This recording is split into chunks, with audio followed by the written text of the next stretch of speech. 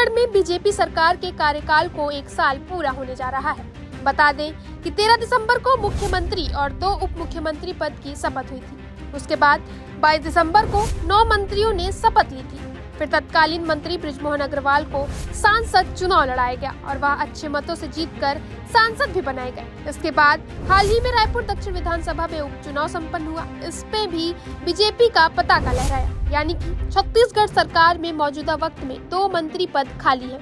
ये तो था बीजेपी का सरकार बनने से लेकर अब तक का लेखा जोखा। लेकिन अब यह घड़ी आ गई है जब फैसला लेना है कि मंत्रिमंडल में नियुक्ति करना है या नहीं। जब यह फैसला हो पाता, लेकिन उससे पहले सियासत गर्मिया में जमकर चर्चा हो रही है। छत्तीसगढ़ में मंत्रिमंडल विस्तार पर सस्पेंस बरकरार है। फिलहाल छत्तीसगढ़ सरकार में 2 मंत्री पद खाली है और इस बीच मुख्यमंत्री साय का राजभवन जाना और राज्यपाल से आधे घंटे की चर्चा सियासत से गूंज रहा है। ये हो सकते हैं मंत्रिमंडल में शामिल। दुर्ग और रायपुर संभाग से हो सकते हैं दोनों मंत्री। सुनील सोनी, राजेश मुड़त, अजय चंद्राकर के नाम पर हो रही चर्चा। पुरंदर मिश्रा, गजेंद्र यादव, भावना बोहरा मंत्री बनने की रेस पर हैं आगे। मंत्रिमंडल में विस्तार को लेकर लंबे समय से चर्चा चल रही है।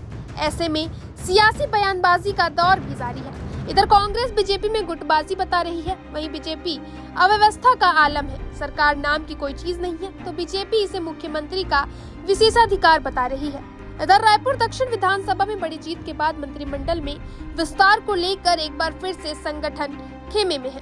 इस बात को लेकर हवा मिल गई है, जिसके बाद अलग अलग नाम भी चर्चा में होना शुरू हो गया।